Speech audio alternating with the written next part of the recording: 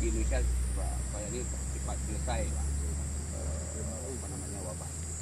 Dan kita telah menyiapkan lahan lebih kurang ada 1,3 hektar untuk pemakaman umum, dan apabila ada pasien COVID-19 saya persilakan untuk dikuburkan di lahan yang telah saya wakafkan, lahan pribadi.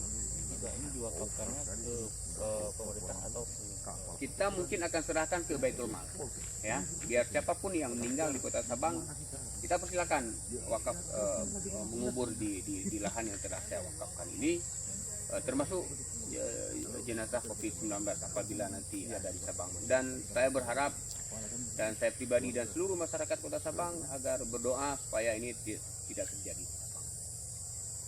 Menyangkut untuk kita menyambut bulan puasa ini Pak, kira-kira himbauan apa, arahan apa bagi masyarakat Sabang? Saya berharap kepada masyarakat Sabang terus waspada, mengurung diri di rumah. Langkah-langkah yang efektif seperti itu, memang seperti itu. Termasuk sembako, ya. Sembako kita lihat sampai sekarang belum ada kendala. Belum ada. Sampai Lebaran insya Allah pemerintah Kota Sabang siap mengatasi tingkat kenaikan sembako. Terus kita pantau. Sekarang mudah-mudahan Sabang bisa teratasi.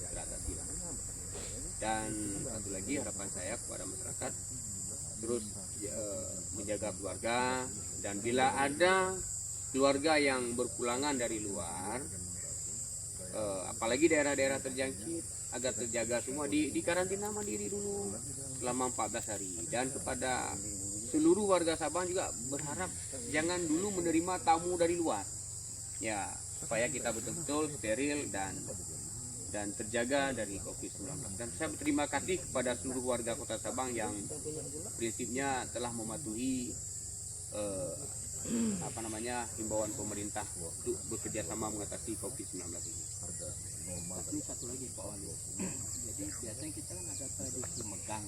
Kalau megang itu kan berarti terjadi perkumpulan massa. Ya, jadi antisipasi untuk megang ini gimana?